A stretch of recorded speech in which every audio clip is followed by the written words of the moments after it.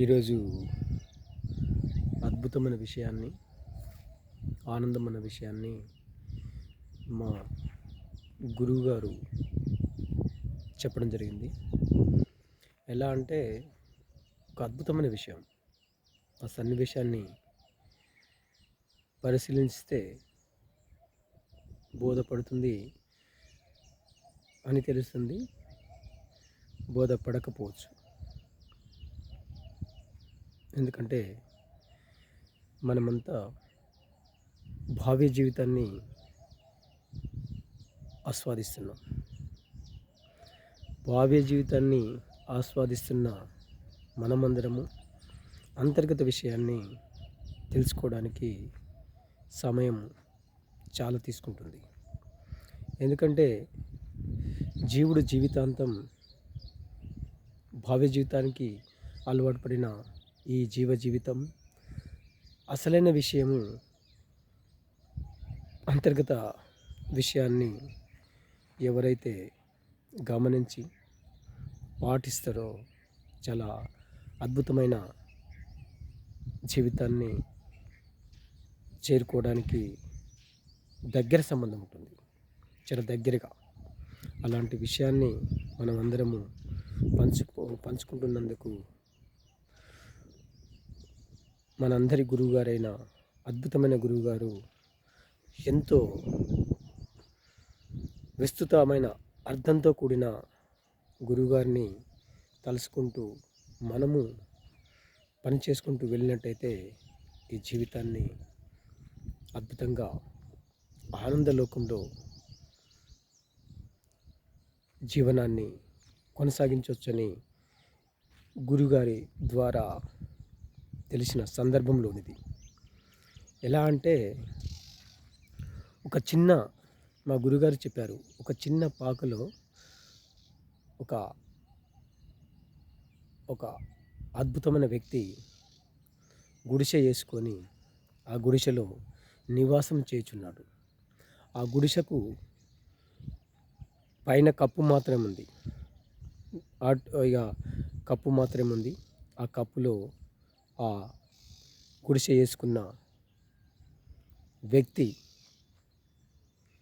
అందులో రోజు పడుకొని నిదురించి బయటికి వెళ్ళిపోవడం జరుగుతుంది. రోజు వస్తూ పోతున్నాడు ఆ గుడిసెలోకి. ఆ గుడిసెలోకి వస్తూ పోతుంటే గుడిసెకు ఒక తెలివిగా ఆలోచించింది, ఎవరబ్బా ఆయన వస్తూ పోతున్నాడు, వచ్చేపోయే వ్యక్తి ఎవరు అని గుడిసెకు ఒక అవగాహన ఏర్పడినది. అవగాహన తెలియక పోతున్న వ్యక్తి ఎవరబ్బా ఈయన వస్తున్నాడు పోతుండు పడుకుంటూ పోతుండు ఎవరబ్బా అనే విషయము గుడిసెకు అర్థం కాకపాయే.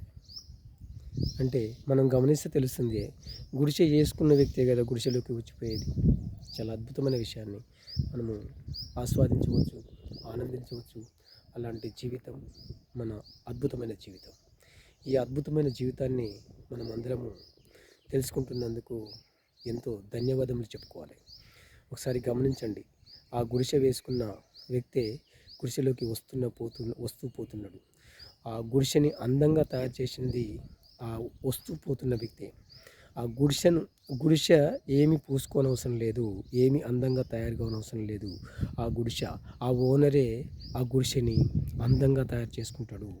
ఎప్పుడైనా గుర్తుపెట్టుకోండి, గమనించండి. ఇల్లు అందంగా తయారవుతుందా, ఆ గుడిసె అందంగా తయారవుతుందా గమనించండి. ఓనరే దాన్ని అందంగా తయారు చేయడం జరుగుతుంది. ఒకసారి గమనించండి. ఈ గుడిసె అద్భుతమైన గుడిసె. ఆ గుడిసెని గమనిస్తే తెలుస్తుంది. గుడిసెలోకి వచ్చిపోయే వ్యక్తే గుడిసె ఓనరు. ఆ వచ్చిపోయే వ్యక్తి గుడిసెకు దేవుడు.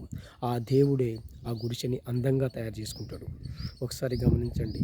గుడిసె ఏమి తయారు చేసుకోవాల్సిన అవసరం లేదు. ఒకసారి గమనించండి, ఆనందించండి. గుడిసె మాత్రం ఏమి తయారు చేసుకోవాల్సిన అవసరం లేదు. అలాంటి గుడిసె లాంటి మన శరీరం. ఒకసారి గమనించండి, చాలా అద్భుతమైన విషయం. ఆ గుడిసె అంటే మన శరీరము, ఆ గుడిసె మన శరీరము రెండు ఒకటే. మన గుడిసెలోకి వచ్చిన వ్యక్తి మనమే పోతున్నాం, మనమే వస్తున్నాం. కాబట్టి గుడిసెకు ఓనరు మనమే. ఒకసారి గమనించండి. ఈ శరీరంలోకి వచ్చిపోతున్నది, శరీరం అనే గుడిసె వచ్చిపోతున్నది ఒక శ్వాస. ఆ శ్వాసనే దీనికి ఓనరు. ఆ గుడిసెకు ఓనరు మనమే. ఆ గుడిసె కట్టుకున్న వ్యక్తి అయితే ఈ గుడిసెకు ఓనరు వస్తూ పోతున్న వ్యక్తి. ఆ గుడిసె ఓనరే శ్వాస. ఆ శ్వాసని గమనిస్తే శ్వాసనే ఈ శరీరాన్ని అందంగా తయారు చేస్తుంది. ఈ శ్వాసనే చాలా అద్భుతంగా తయారు చేస్తుంది. ఈ శ్వాసనే గుడిసె ఓనరు. గుడిసె ఓనరే గుడిసెలోకి వచ్చిపోయే వ్యక్తినే గుడిసె ఓనరు. ఆ ఓనరే దాన్ని అందంగా తయారు చేస్తాడు. ఈ గుడిసె శరీరం అనే మన గుడిసెను అందంగా తయారు చేసేది ఆ శ్వాసనే. కాబట్టి ఈ గుడిసె ఏమి పూసుకోనవసరం లేదు. ఒకసారి గమనించండి. మనం ఏం చేస్తున్నాము, అంతర్గత జీవితాన్ని ఆలోచిస్తే ఈ జీవితం అంతా ఆనందమే. బహిర్గత జీవితాన్ని ఆలోచిస్తే ఈ జీవితం అంతా గందరగోళమే. అంతర్గత జీవితంలో అద్భుతమైన జీవితం, బహిర్గత జీవితంలో చాలా బాధలే ఉంటవి. అంతర్గత జీవితంలో అంత ఆనందమే, బహిర్గత జీవితంలో అంత బాధలే. బహిర్గత జీవితాన్ని ఆస్వాదిస్తారా, అంతర్గత జీవితాన్ని ఆస్వాదిస్తారా? ఓనరే ఈ శరీరాన్ని, ఓనరే ఈ గుడిసె ఓనరే శ్వాస. ఆ శ్వాసని గమనిస్తే ఆ శ్వాసనే అద్భుతంగా ఈ జీవితాన్ని ఆనందంగా తీర్చిదిద్దుతాడు. ఈ గుడిసె అందంగా ఉండాలంటే ఓనరే చూసుకోవాలి తప్ప ఈ గుడిసె పూసుకునేది ఏం లేదు. గుడిసె అంటే మనం పూసుకుంటాం కూడా, మన శరీరానికి చాలా పూసుకుంటుంటాం. మన నెత్తికి చాలా పూసుకుంటుంటాం. చెంతో గంధాలు అన్నీ పూసుకుంటుంటాం. అది కాదు, గుడిసె పూసుకోదు. ఎప్పుడైనా గుర్తుపెట్టుకోండి, గుడిసె పూసుకోదు, ఓనరే పూస్తాడు. మన ఇల్లు గమనించండి. మనమే దాన్ని అందంగా తయారు చేస్తాం. అంటే ఓనర్ వచ్చిపోయే వ్యక్తి మనమే కాబట్టి మనమే తయారు చేస్తాం. మన శరీరం అనే గుడిసె వచ్చిపోయే వ్యక్తి అందంగా తయారు చేసుకుంటాడు. ఈ గుడిసెకు మనం ఏమి పూసుకోవాల్సిన అవసరం లేదు, ఏమి చేయవలసిన అవసరం లేదు. అంతర్గత జీవితాన్ని ఆలోచిస్తే జీవితం అంతా ఆనందం. ఈ జీవితాన్ని ఎవరు పంచుకుంటారు, ఎవరు ఆనందం పంచుకుంటారు? బహిర్గత జీవితాన్ని చూసుకుంటారా, బాధలు చూసుకుంటారా? అంతర్గత జీవితాన్ని ఆస్వాదిస్తే ఈ జీవితం అంతా ఆనందం. బహిర్గత జీవితం ఆలోచిస్తే జీవితం అంతా బాధలు. ఒకసారి గమనించండి. అంతర్గత జీవితం ఒకసారి ఆలోచించండి. గుడిసె ఓనరే ఈ అందాన్ని తయారు చేస్తాడు. గుడిసె ఓనరే అందాన్ని చేసేస్తాడు. ఈ శరీరం అనే గుడిసె ఓనరు శ్వాస. ఆ శ్వాసనే ఈ అందంగా తయారు చేస్తాడు. ఏమి పూసుకోవాల్సిన అవసరం లేదు. ఆ గుడిసె ఓనరే పూసేస్తాడు. అద్భుతం కదా! మన ఇల్లుకు మనమే ఓనరము. ఇంట్లోకి వస్తూ పోతుంటాము. మన శరీరానికి, మన ఇంటికి, మన ఇంట్లోకి వస్తూ పోతుంటాం మనమందరము. మన గుడిసెని తయారు చేసేది, అంటే మన ఇల్లుని అందంగా తీర్చిదిద్దేది మనమే. ఆ విధంగా మన శరీరంలోకి వచ్చే శ్వాస వస్తూ పోతున్నాడు. ఆయనే ఓనర్ ఈ శరీరానికి. ఆయన లేకపోతే ఈ గుడిసె లేదు, ఆయన లేకపోతే ఈ అందమే లేదు, ఆయన లేకపోతే ఈ మాటే లేదు, ఆయన లేకపోతే ఈ పలుకే లేదు. ఈ పలుకు ఆనందం, ఈ నిత్య ఆనందం ఆయనే ఓనరు. ఆ ఓనరే శ్వాస. ఆ శ్వాసనే చూసుకుంటుంది విశ్వాసంగా. ఆయనని గమనిస్తూ ఉండడం, ఆయన వెంటనే ఉండడం, ఆయన ఈ సెల్ ఫోన్ ఎలా పట్టుకొని ఉన్నామో, ఈ చూపు ఎలా చూస్తూ ఉన్నామో, ఆయనని గమనిస్తూ ఉంటే ఆయనే ఈ శరీరాన్ని, ఈ గుడిసెని అందంగా తయారు చేస్తాడు. మరొక గంధం పూసుకోవాల్సిన అవసరం లేదు. మన ఇల్లు అందంగా తయారవుతుందా, ఇంట్లో ఉన్న ఓనరు తయారు చేస్తుందా? ఒకసారి గమనించండి. ఇల్లుని చూస్తే తెలుస్తుంది. ఇంటి అందం ఎవరికి క్రియేట్ చేస్తారు? మనమే కదా. అంటే వస్తూ పోయే వ్యక్తి మనమే కదా. మనం ఇల్లు కట్టుకున్నాము. మన ఇల్లు కట్టుకున్నప్పుడు మనం ఇంట్లోకి పోయి వస్తూ పోయేది మనమే కదా. ఆ ఇల్లుని అందంగా చూసుకునేది మనమే కదా. అదే విధానాన్ని పరిశీలిస్తే మన శరీరంలోకి వచ్చిపోయే, మన శరీరం అనే ఒక ఇల్లు, మన శరీరం అనే ఒక గుడిసె, ఆ గుడిసెలోకి వచ్చిపోయే వ్యక్తి శ్వాస. మనం అందరము శ్వాస బంధువులము. ప్రతి ఒక్కరము శ్వాస బంధువులము. నీవు, నేను, మీరు, మేము అందరం కలిసి శ్వాస బంధువులు. ఈ శ్వాస బంధువులమైన మనము ఇంకొకటి విశ్వాసంగా శ్వాసని గమనిస్తూ మన ఓనర్ని గమనిస్తూ మన పనులు మనం చేసుకుంటూ వెళ్ళినట్టయితే జీవితం అంతా ఆనందం. బహిర్గత జీవితం ఆనందం కావాలంటే అంతర్గత జీవితాన్ని ఆస్వాదించాలి. అంతర్గత జీవితాన్ని ఆస్వాదిస్తే బహిర్గత జీవితం అవసరమే లేదనిపిస్తుంది. చాలా అద్భుతమైన విషయం. ఒకసారి గమనించండి. ఏది శాశ్వతమైనది? ఒకసారి గమనించండి. స్వాస్థ్యం అనేది మన శ్వాస. మనమందరం శ్వాస బంధువులము. మరొక బంధం కాదు మనది. మన బంధం ఏ బంధము? శ్వాస బంధము. మనమందరికీ ఏ బంధము? శ్వాస బంధము. మరొక శ్వాస బంధము లేదు. మనమందరము శ్వాస బంధువులం కాబట్టి విశ్వాసంగా మన ఓనర్ అయిన శ్వాసని గమనిస్తూ మన పనులు చేసుకుంటాం. అంతర్గత జీవితంలో అంతర్గత జీవితాన్ని ఆస్వాదిద్దాం. అంతర్గత జీవితాన్ని ఆస్వాదించుకుంటూ బహిర్గత జీవితాన్ని ప్రసాదంగా తీసుకోవాలి తప్ప అంతర్గత జీవితాన్ని అద్భుతంగా ఉండాలి. బహిర్గత జీవితాన్ని ప్రసాదంగా తీసుకోవాలి. భావ్య ప్రపంచాన్ని ప్రసాదంగా తీసుకోవాలి. అంతర్గత జీవితాన్ని బహిర్గత జీవితాన్ని ఏ విధంగా తీసుకున్నామో అంతర్గత జీవితాన్ని అంతకంటే ఎక్కువ 1000 రెట్లు ఎక్కువ తీసుకున్నట్టయితే మన జీవితాన్ని ఆనందంగా జీవితాంతము అద్భుతమైన విషయాన్ని పొందొచ్చు. ఈ అద్భుతమైన విషయాన్ని పంచుకుంటున్నందుకు మనమందరం ఎంతో గర్వకారణము. ఒక్కరైనా శ్వాసని గమనిస్తే జీవితాంతం అందంగా తయారు కావచ్చు. ఓనరే కదా, ఒకసారి గమనించండి. ఇల్లు ఎంత అద్భుతంగా తయారు కావాలన్నా, ఎంత అద్భుతంగా ఆనందంగా తయారు కావాలన్నా, ఒక ముగ్గులేసే అద్భుతమైన సుదర్శనంగా తయారు కావాలన్నా ఇల్లు ఓనరే చూసుకుంటాడు. ఆ ఇంట్లోకి పొయ్యి వచ్చే వ్యక్తివి మనమే. అంటే మన శరీరం అనే గుడిసెలోకి వచ్చి పోయే వ్యక్తి శ్వాస. ఈ శ్వాస ఓనర్ అయిన గమనిస్తే, ఆ శ్వాసని గమనిస్తే ఆయనే చూసుకుంటాడు ఈ శరీరాన్ని ఆనందము జీవితాంతం ఆయనే చూసుకుంటాడు. మరొకరు చూసుకోవాల్సిన అవసరం లేదు. ఈ శరీరము పూసుకోవాల్సిన అవసరం లేదు. గుడిసె పూసుకోవాల్సిన అవసరం లేదు. ఇల్లు పూసుకోవాల్సిన అవసరం లేదు. ఓనరే దానికి అందము మెరుగులు దిద్దేది ఓనరే. అద్భుతంగా తయారు చేసేది ఓనరే. విగ్రహంగా తయారు చేసేది ఓనరే. ఈ అద్భుతమైన జీవితాన్ని మనం అందరము పంచుకుంటున్నందుకు మనమంతా ఒక శ్వాస బంధువులు మాత్రమే. ఒకసారి గమనించండి, మనకు ఏ బంధం ఉన్నది? మన అందరికీ ఏ బంధం ఉన్నది? ప్రకృతిలో ప్రతి జీవికి బంధము. ప్రకృతిలో ప్రతి జీవికి ఏ బంధం ఉన్నది? శ్వాస బంధం ఉంది. ఆ శ్వాస బంధమే తప్ప మరొక బంధము లేదు. ఎలాంటి గంధము లేదు. శ్వాస బంధమే మనందరిలో ఉన్నది. శ్వాస బంధమే. గుర్తుపట్టడానికి పేర్లు మాత్రమే కానీ మనమంతా శ్వాస బంధువులము. సనాతనమైనది, నిత్య నూతనమైనది. ఈ సనాతనమైనది ఎలా అంటే, చిన్నపిల్లలో అదే శ్వాస, పెద్ద పిల్లలో అదే శ్వాస, వృద్ధులలో అదే శ్వాస. శ్వాస నిత్య నూతనమైనది. శ్వాసని గమనిస్తే నిత్య నూతనంగా ఉంటారు. శ్వాసని గమనిస్తే ఇప్పుడే పుట్టిన పిల్లవాడిలాగా, వృద్ధాప్యంలో కూడా ఇప్పుడే పుట్టిన పిల్లవాడిలాగా గమనించవచ్చు. అంటే అంతర్గత జీవితం అంటే ఇప్పుడే పుట్టినట్టు ఉంటుంది. బహిర్గత జీవితం అంటే ఎప్పుడో పుట్టినట్టు ఉంటుంది. అంతర్గత జీవితం అంటే ఇప్పుడే పుట్టినట్టు ఉంటుంది. బహిర్గత జీవితం అంటే ఎప్పుడో పుట్టినట్టు ఉంటుంది.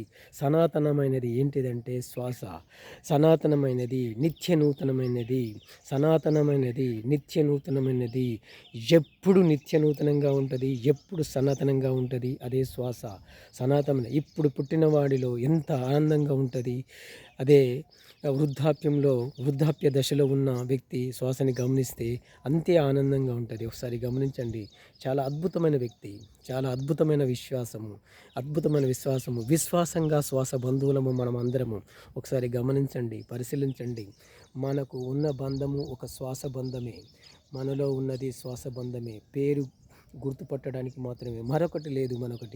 మనమంతా శ్వాస బంధువులము. ఇది తప్ప ఇంకొకటి లేదు. ఇంతే, ఇంతకంటే ఎక్కువ ఏమీ లేదు. ఆ అద్భుతమైన విషయాన్ని గమనిస్తే అద్భుతం. ఈ జీవితం అద్భుతం. మీరు అంటారు, ఒకటి గమనిస్తారు. మరి విషయం చెప్తే ముసలి వాళ్ళు అంటారు, మెంటల్ వాళ్ళు అంటారు.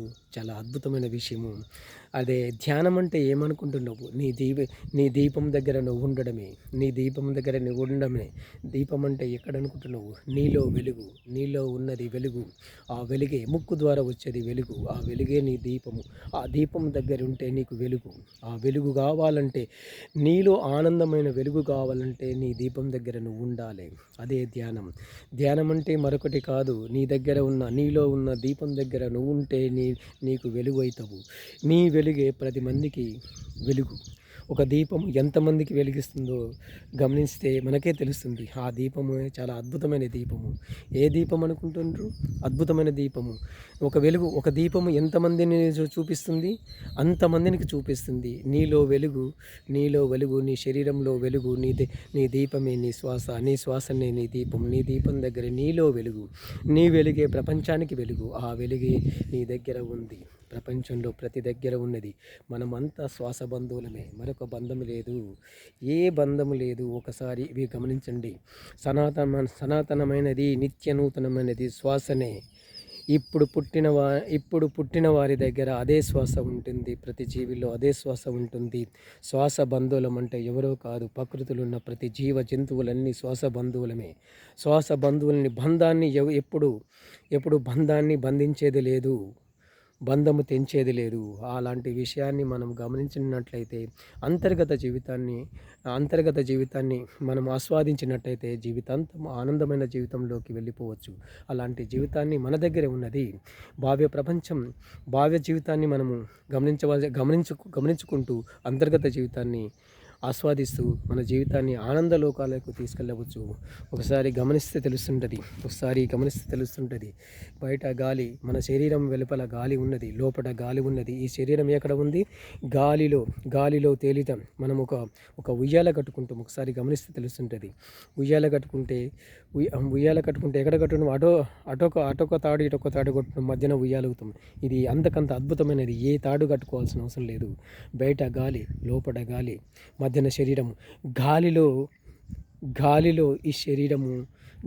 ఈ శరీరము మేఘములాగా ఉయ్యాల ఊగుతున్న జీవితం.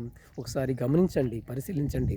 జీవితాన్ని ఎంత ఆనందంగా ఉన్నదో మీరు తెలుసుకుంటే, ఈ అద్భుతమైన జీవితాన్ని తెలుసుకుంటే ప్రతి ఒక్కరూ ఆనందమే. ఈ శ్వాస ఉయ్యాలలో ప్రతి జీవి ఉంటుంది. ఏ జీవి కూడా ఉయ్యాల తెగిపోదు. ఉయ్యాల తెగితే శ్వాస అవుతాము, ఉయ్యాల తెగితే శ్వాసగా మారుతాము. ఒకసారి గమనించండి. శ్వాసగా మారేది మనమే, శ్వాస ఉయ్యాల ఉండేది మనమే. ఆ శ్వాసని గమనిస్తలేము. మనము శ్వాస ఉయ్యాలలో ఈ శరీరం ఉంటుంది, మరొక ప్లేస్లో లేదు. లోపట కదలిక, బయట కదలిక, మధ్యలో ఈ శరీరము. ఒక మేఘములాగా మన జీవితము, మన శరీరము ఒక మేఘము ఏ స్థితిలో ఉన్నదో జీవ శరీరము మొత్తము మేఘ స్థితిలో ఉన్నది. ఆ స్థితి గమనిస్తే ఈ జీవ ప్రపంచం ఆనందమైన స్థితిలోకి ఉన్నది. అద్భుతమైన జీవితం, మన జీవితాన్ని మనం పంచుకుంటున్నందుకు ప్రతి ఒక్కరము మన అందరం శ్వాస బంధువులము, శ్వాసతో టచ్ అవుతున్నాము. మనం ముట్టుకోవాల్సిన అవసరం లేదు, పట్టుకోవాల్సిన అవసరం లేదు. శ్వాస టచ్, ప్రతి ఒక్కరిని టచ్ అవుతూనే ఉన్నాం. ఒకసారి గమనించండి. శ్వాస టచ్ లేకుండా ఈ శరీరమే లేదు. ఈ శరీరము మేఘము ఏ విధంగా ఉన్నదో మన జీవితము అదే విధంగా ఉన్నది. చాలా అద్భుతమైన విషయము. పట్టుకునేది లేదు, అంతా వదిలిపెట్టడమే ఒక జీవితం. ఈ జీవితం అద్భుతమైనది. మేఘము లాంటి జీవితము, మేఘము లాంటి మన శరీరము గాలిలో, మేఘము ఏ విధంగా గాలిలో ఎగురుతూ అటు ఇటు తిరుగుతున్నదో మన శరీరము గాలిలో అటు ఇటు తిరుగుతున్నది. మేఘము లాంటి జీవితము మనకు ఎంత బాధలిక్కడి ఒకసారి గమనిస్తే తెలుస్తుంటుంది. మనము మేఘములు తేలియారుతుంటాము. అదే ధ్యానస్థితి అంటే బయట గాలి, లోపల గాలి, మధ్యలో శరీరము. మేఘము లాంటి మన శరీరము, అద్భుతమైన శరీరము. ఎప్పుడు గమనిస్తాము, ఎప్పుడు ఆనందము తీసుకుంటాము, అది తెలుసుకునే లోపు మనం ఉండము. అదే అద్భుతమైన విషయము. ముందు తెలుసుకోవడమే చాలా ఆనందమైన జీవితము. మనము శ్వాసని గమనిస్తలేము. రేపు శ్వాస పాత్ర చేపట్టవలసి వస్తుంది. మనము ఈ శరీరంలో శ్వాస వదిలిపెట్టినామంటే మనం శ్వాసగా మారిపోతాము. అందరికీ శ్వాసగా మారేది మనమే. ఈ శరీరాన్ని వదిలితే శ్వాసగా మారేది మనమే. ఆ శ్వాసనే మాట్లాడుతుంటే విశ్వాసంగా ఎలా ఉన్నది ఒకసారి గమనించండి. అద్భుతమైన జీవితం. మన పాత్రలు చాలా అద్భుతంగా ఉంటాయి. ఎలా అంటే ఈ శ్వాస అనే గాలి అనేది ఈ జీవితం అయిపోతే మనం శ్వాసగా మారాలి, శ్వాస సేవ చేయాలి. ప్రతి ఒక్కరిలో అది కలిసి వస్తాము. శ్వాస రూపకంగా ప్రతి ఒక్కరిని కలిసి వస్తాము. కాబట్టి శ్వాస కూడా ఒక జీవము లాంటిది. శ్వాస కూడా ఒక జీవం లాంటిది, ఒక శరీరం లాంటిది. అన్ని శ్వాసలు మన శ్వాస మనకు ఎంత హెల్ప్ చేస్తున్నావో ఆ శ్వాస కూడా కనిపించని ఒక శ్వాస చాలా అద్భుతమైనది. దాన్ని గురించి ఇంకా పరిశీలిస్తే మీరు అద్భుతంగా తయారవుతారు. ఇప్పటి వరకు అర్థం చేసుకుంటే శ్వాసని ఇంకా శ్వాస గురించి చాలా ఉన్నది, చాలా అద్భుతమైనది. ఆ శ్వాసగా మారేది మనమే. ఆ శ్వాసగా మారేది మనమే. ఒకసారి గమనిస్తే తెలుస్తుంటుంది. నీళ్ళు ఏమవుతాయి, నీళ్ళు ఏమవుతాయి, ఆవిరిగా అవుతాయి. ఆవిరవి ఆవిరవి ఈ ఈ ఈ మేఘమైపోతుంటవి, అది వర్షమై వస్తుంది. అదే ఆ వర్షమై వచ్చే నీటి చుక్కనే మన శరీరము అనేది ఒక చుక్క. మనము అది ఎవాపరేట్ అయిపోతుంది. ఎవ ఎవ నీళ్ళు నీళ్ళు గాలిగా మారిపోతుంది. నీళ్ళు గాలిగా మారిపోతున్నామంటే మనం కూడా గాలిగా మారిపోతాము. మనం కూడా గాలిగా మారిపోతాము. ఆ శ్వాసనే గాలి శ్వాసగా మారిపోతున్నవి. ఈ శ్వాస చాలా అద్భుతమైన శ్వాస. అద్భుతమైన శ్వాసని గమనిస్తే చాలా జీవితాన్ని ఆనందమైన జీవితానికి వచ్చు.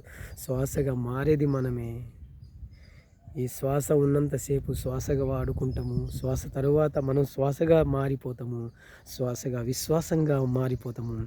అలాంటి జీవితం మన జీవితం. విశ్వాసమైన శ్వాసగా మారుతున్నాం. తర్వాత జీవితం ఏంటంటే శ్వాసగా మారుతాము. అందరికీ శ్వాసగా అందించేది మనమే. మన తర్వాత శ్వాసగా మారేది మనమే. శ్వాస గురించి చెప్తే చాలా ఆనందమైన విషయాన్ని మనము బోధపడుతుంది. ప్రతి ఒక్కరు ఒకసారి చూడండి, మనకు వాటర్ వస్తుంది, ఎవాపరేట్ అయిపోతుంది.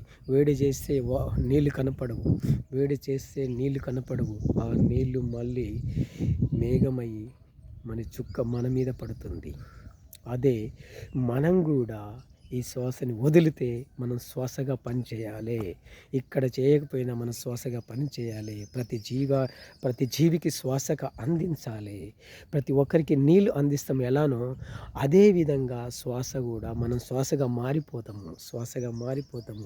ఆ శ్వాస మన అందరికీ శ్వాస అందియడమే శ్వాస. ఈ శ్వాస అద్భుతమైన శ్వాస. ఇది తెలుసుకోవడానికి ఇంకా టైం పడుతుంది. మీరు అక్కడ దాకా రావాలంటే ఇంకా చాలా టైం పడుతుంది. గమనించండి, అంతర్గత జీవితాన్ని గమనించండి. ఆనందమైన జీవితానికి వెళ్ళండి. అంతర్గత జీవితం ఎప్పుడైతే స్టార్ట్ చేస్తారో మీ జీవితంలో అద్భుతాలు చేపట్టవచ్చు. మనమంతా ఇప్పుడు బహిర్గత జీవితాన్ని గురించే తెలుసుకుంటున్నాం. మానవుడు బహిర్గత జీవితాన్ని గురించి తెలుసుకుంటున్నాడు.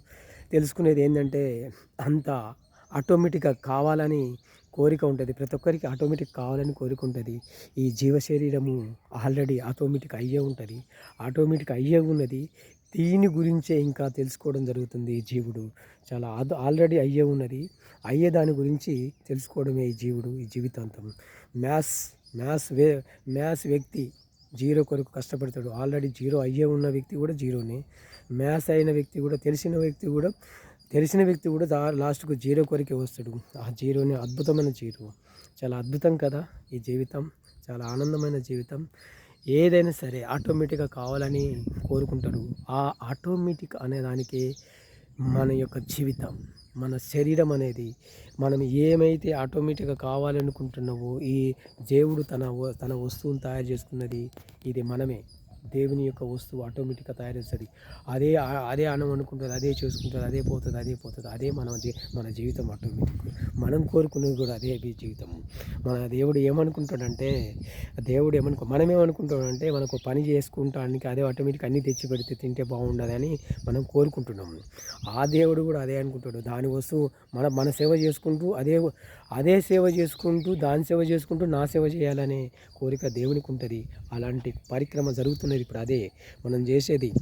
దేవాలయంకు కానీ మసీదు కానీ మసీదు కానీ చర్చికి కానీ జరిపించేది అదే. ఆయన ఆటోమేటిక్గా ఆయన కూర్చుంటుండు.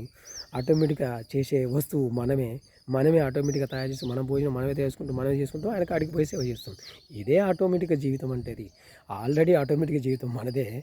మనకు కూడా ఆటోమేటిక్గా కావాలని ఫుడ్ కావాలని అయ్యని కావాలని ఆర్డర్ కావాలని చేసుకుంటున్నాము. అలాంటి జీవితమే కోరుకుంటున్నాం. ఆల్రెడీ చేసుకున్న జీవితమే ఇది. ఆల్రెడీ కొత్తగా చేసేది ఏం లేదు. ఈ జీవుడు కొత్తగా చేసుకునేది ఏం లేదు. ఆటోమేటిక్ జీవితమే మన జీవితము. ఆయన సేవకై ఉన్నాము. చాలా అద్భుతమైన విషయం కదా. ఈ అద్భుతమైన విషయాన్ని చేసుకోవడానికి ఆలోపు మనం ఉంటే మనకు తెలవకపోయే ఇంకెప్పుడు తెలుసుకుంటాం.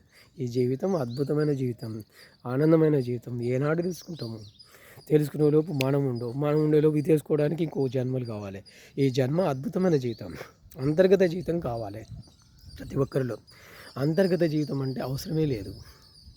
మనకే మనం సహజంగా తెలుసు కదా! మన ఇల్లు కట్టుకుని మనమే అందంగా తయారు చేస్తాం. ఓనరే కదా! మన ఇంట్లో పోతుంటే వస్తుంటాము. ఇంట్లోకి పోయి మన ఇల్లు కట్టుకున్నప్పుడు మన ఇంటికి పోతూ వస్తున్న వ్యక్తి ఎవరు? మనమే కదా! దాన్ని అందంగా తయారు చేసేది మనమే. మనం దానికి ఏ విధంగా తయారు చేసుకోవాలో మనమే. అదే మన శ్వాస మన శరీరం అనే గుడిసెకు వస్తూ పోతుంది శ్వాస. అదే ఆయనే ఓనరు. నేనేం ముట్టుకొని ఏం చేయను. ఆయనే చూసుకుంటాడు. నాకేం అవసరం? ఓనరే వస్తాడు. ఆయన ఓనర్. నా శరీరం అనే గుడిసెలోకి ఆయన వస్తూ పోతున్నాడు కదా! నేనేం చేయాలి? నేనేం చేయాల్సిన అవసరం లేదు. ఆయనే చూసుకుంటాడు. ఈ శరీరం అనే గుడిసెని చూసుకునేది ఆయనే కాబట్టి నాకేం పనే లేదు. నాకసలు పనే లేదు. ఎందుకంటే తెలిసిన విషయం కదా! ఓనర్ ఇల్లుని ఎవరు శుభ్రంగా తయారు చేసుకుంటారు చెప్పండి? ఓనరే కదా! మరి నా శరీరంలోకి వచ్చేది శ్వాస ఆయనే కదా ఓనరు. నాకేం అవసరం? ఈ శరీరాన్ని చూసుకోవాలి, అందంగా తయారు చేసి నాకు అవసరమే లేదు. ఓనర్తో దోస్తానం చేస్తే చాలు. ఓనర్తో ఎమ్మటి ఉంటే చాలు. ఆయన ఏదంటే అది తినిపిస్తాడు. ఆయనే తీస్తాడు. ఆయన ఎక్కడికి పోతే అదే తినిపిస్తాడు. ఆ ఓనర్ ఎమ్మటి మనం చేపట్టుకొని పోతే చాలు.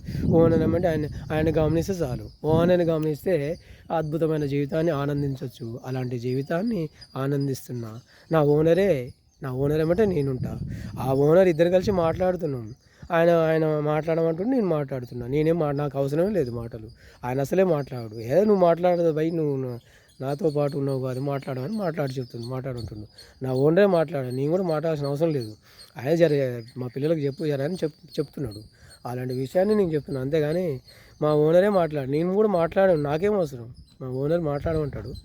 ఓనర్ మాట్లాడమంటే మాట్లాడరా భయ్, మా దోస్తులకు తెలవదు, ఇలాంటి దోస్తులే కదా, అది దోస్తులు జర ఒక్కడన్నా మారతారేమో అనే విషయం కొరకు మా ఓనర్ చెప్పమంటాడు.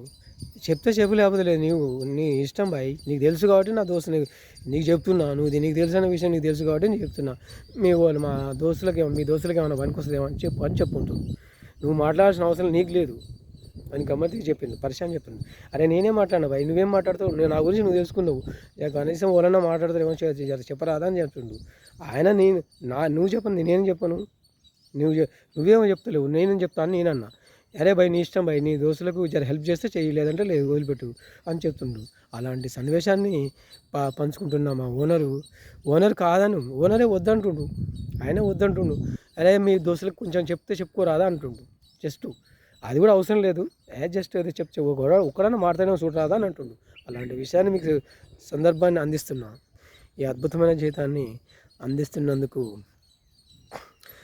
అరే జర చెప్పుకుంటున్నందుకు నువ్వేమీ క్షమాపణలు కోరవలసిన అవసరం లేదు.